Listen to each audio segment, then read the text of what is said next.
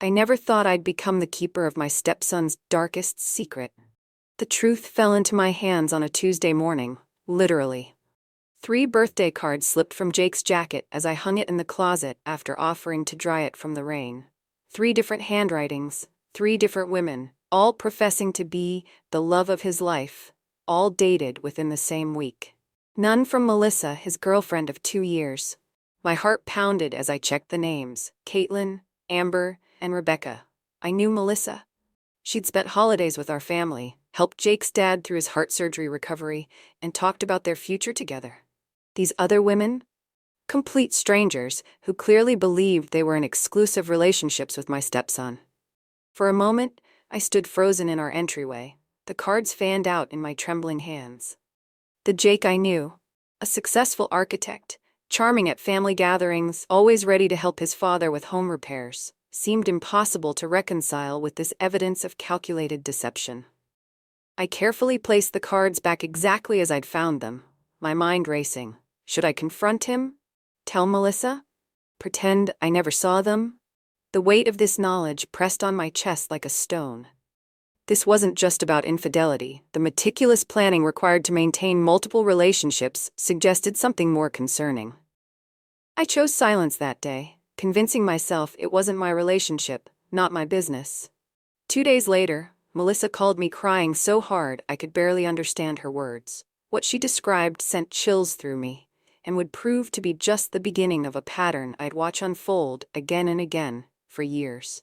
He's been lying to me, Carol. I found messages. Melissa's voice cracked on the phone, each word punctuated by ragged breaths. I sank into my kitchen chair, fingers tightening around the receiver. What messages? Instagram DMs with someone named Amber.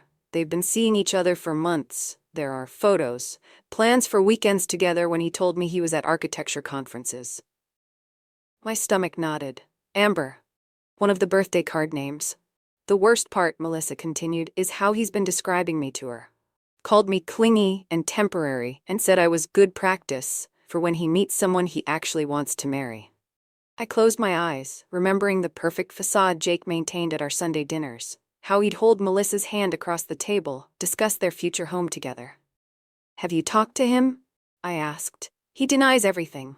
Says I'm crazy, that Amber is a client, that I'm reading too much into friendly messages. Her voice hardened. I saw their hotel reservations, Carol. I'm not stupid. After we hung up, I sat motionless at the kitchen table.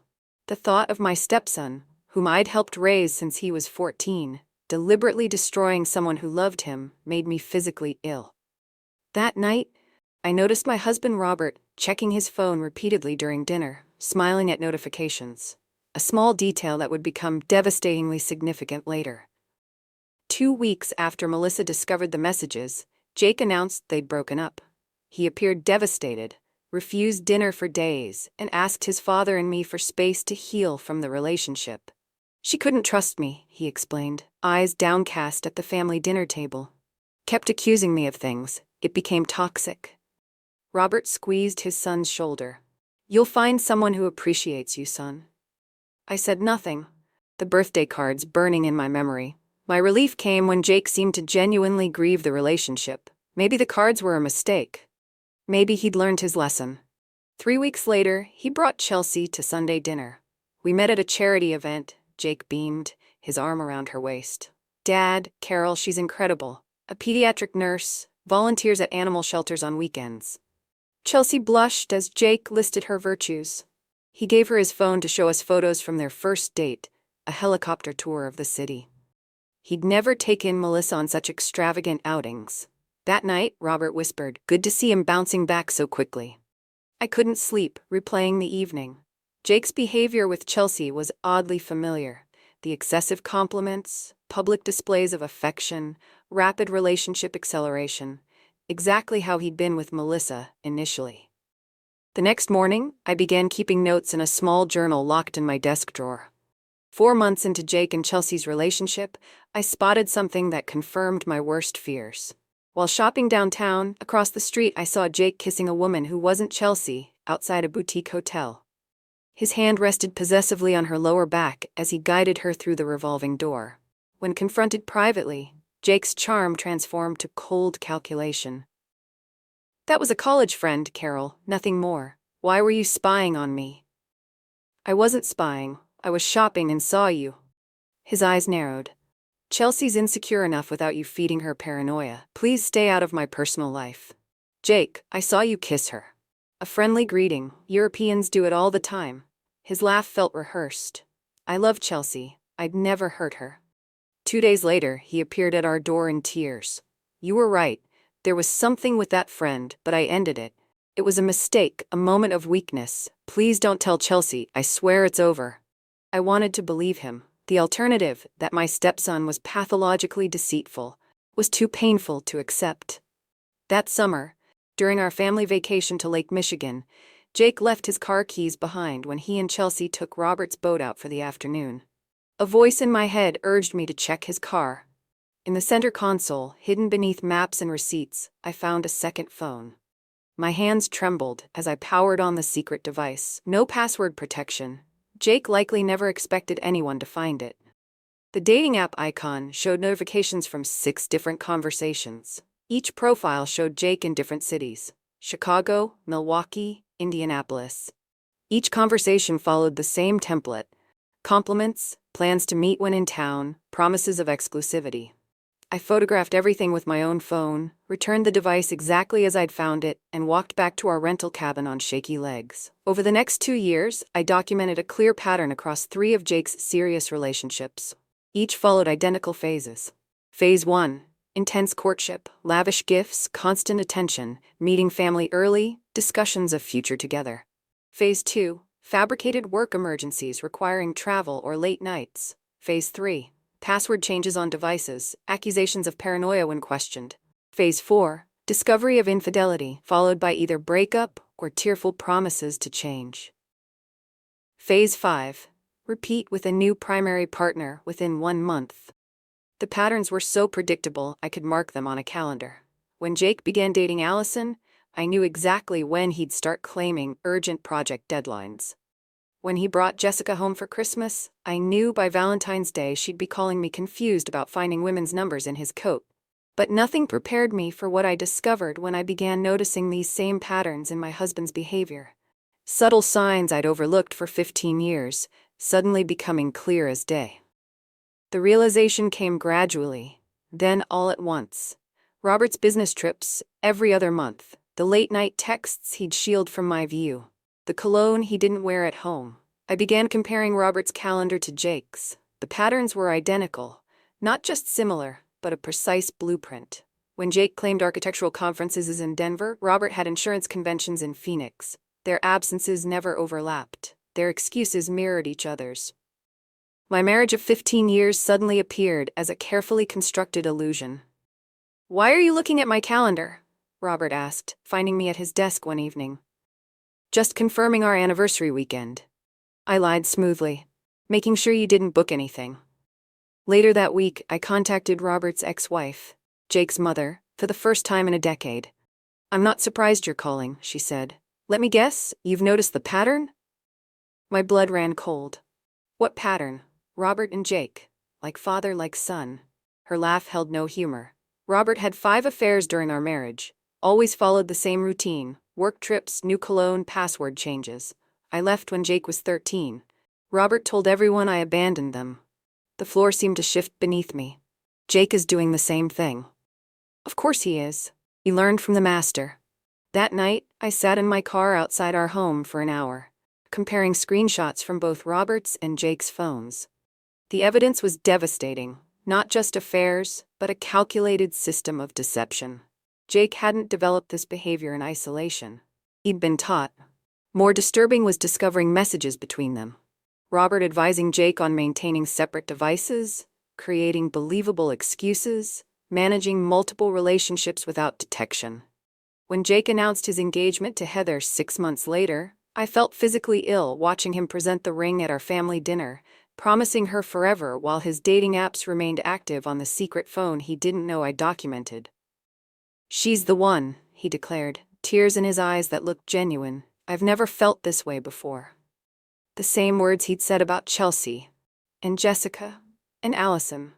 The first 3 family therapy sessions failed spectacularly. Robert stormed out twice. Jake spent most sessions on his phone until Dr. Levine established a no-device rule. I sat between them, determined not to leave without progress. During the 4th session, Dr. Levine tried a different approach.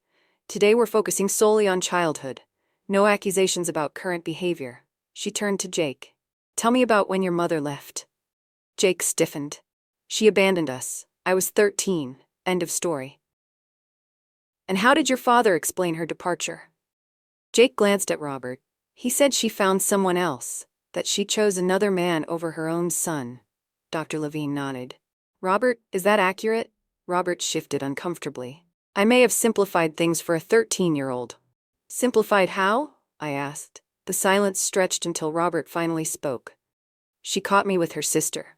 It wasn't the first time she'd caught me, but it was the last straw. Jake's head snapped up. What? You told me she left us for someone else. Right, she did eventually remarry, Robert mumbled. After leaving a husband who'd cheated repeatedly, including with her sister, Dr. Levine clarified. Jake, how does hearing this change your understanding of your childhood? Jake's voice came out hollow. My whole life I've hated her for abandoning me, for being selfish. His eyes welled with tears. Dad encouraged it. Every time I called her, he'd remind me afterward that she chose to leave us. Robert stared at the floor. She sent birthday cards every year, Jake continued, revelation dawning. They always came when Dad was traveling. I never understood why. He was intercepting them, wasn't he? The dam broke. Jake wept openly, 15 years of misdirected anger crumbling. Dr. Levine handed him tissues, then addressed Robert. Parental alienation compounds attachment trauma. Jake lost his mother twice, once when she left, and again through a distorted narrative that prevented healing. That session marked the first genuine breakthrough. Jake called his mother the next day, their first conversation in 7 years. The opportunity came unexpectedly. Jake had forgotten his jacket at our house after the engagement dinner. When his phone buzzed from the pocket, I saw preview notifications from Kristen Jim with heart emojis and suggestive language. I took photos of everything, then spent 3 days organizing my evidence. 2 years of documentation. Screenshots, dates, patterns. When Jake came to retrieve his jacket, I asked him to stay for coffee. We need to talk, I said, closing the kitchen door. His easy smile faltered. About the wedding? Because Heather has a million ideas already. About Kristen from the gym, and Rebecca, and the women in Chicago and Milwaukee. I placed the first printed screenshot on the table. His expression shifted from confusion to anger to calculation in seconds.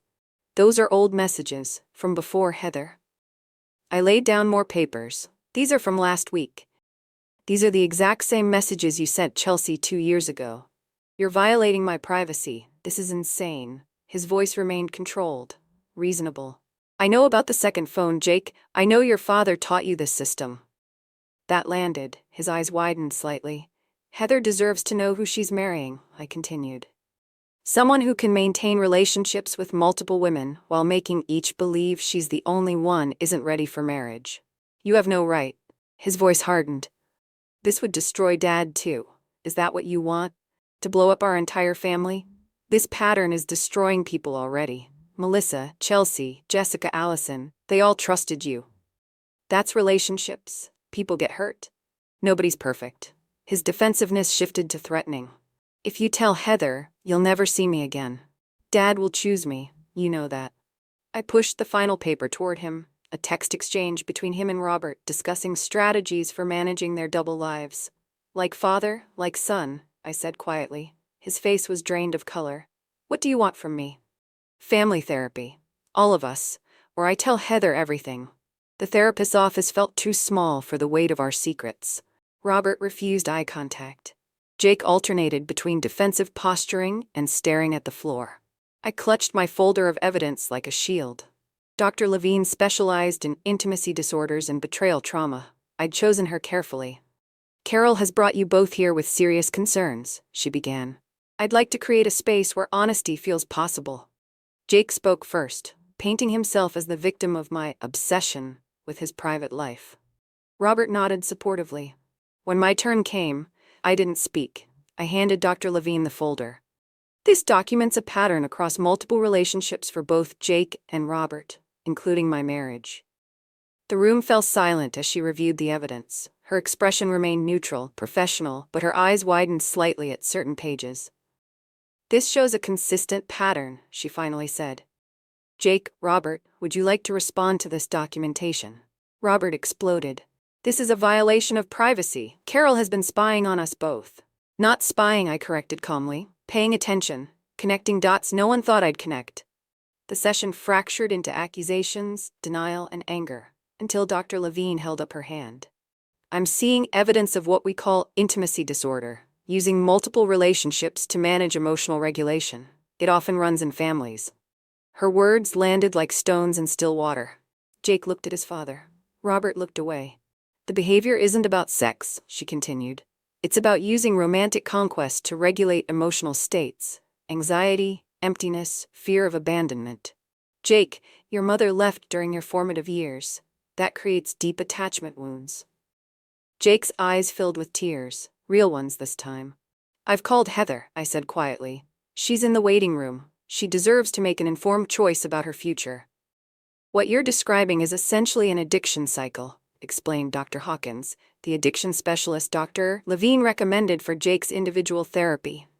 I joined this session at Jake's request, 6 weeks into his treatment. "The pursuit of new romantic connections triggers massive dopamine release," Dr. Hawkins continued, sketching a brain diagram. "For someone with attachment trauma, this becomes a primary regulation strategy." Jake nodded. "Each new relationship felt amazing at first, like I'd finally found what was missing." "The honeymoon phase," Dr. Hawkins noted. "But inevitably, the neurochemical high fades. Real intimacy requires vulnerability, terrifying for someone with abandonment wounds. So rather than risk rejection, I created distractions, other women, drama, anything to avoid the feeling that she'd eventually leave anyway," Jake finished. "This explains the identical patterns across relationships," I observed. "The love-bombing phase was chasing that initial high. When it faded, you sought it elsewhere, while keeping the primary relationship as a safety net." Jake winced at my bluntness, but didn't deny it. "The good news," Dr. Hawkins said, "is that neural pathways can be rewired. With commitment to treatment, healthy intimacy becomes possible."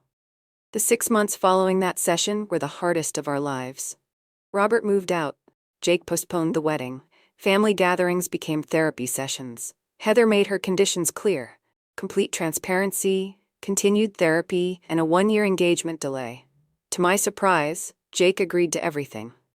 "I didn't understand what I was doing," he told me during a rare moment alone. "Each time I believed it would be different.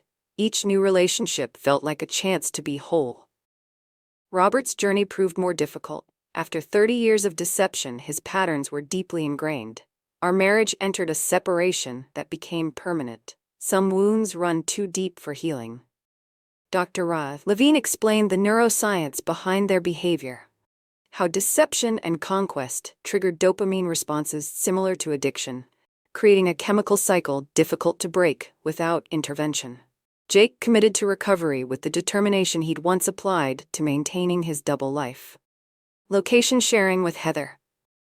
Open device policy. Group therapy with other men struggling with similar patterns. The most profound moment came at a session 18 months after our first confrontation. Jake brought in letters he'd written to each woman he'd deceived. "I'll never send these," he explained. "That would be selfish, reopening wounds for my own closure. But I needed to acknowledge every person I hurt."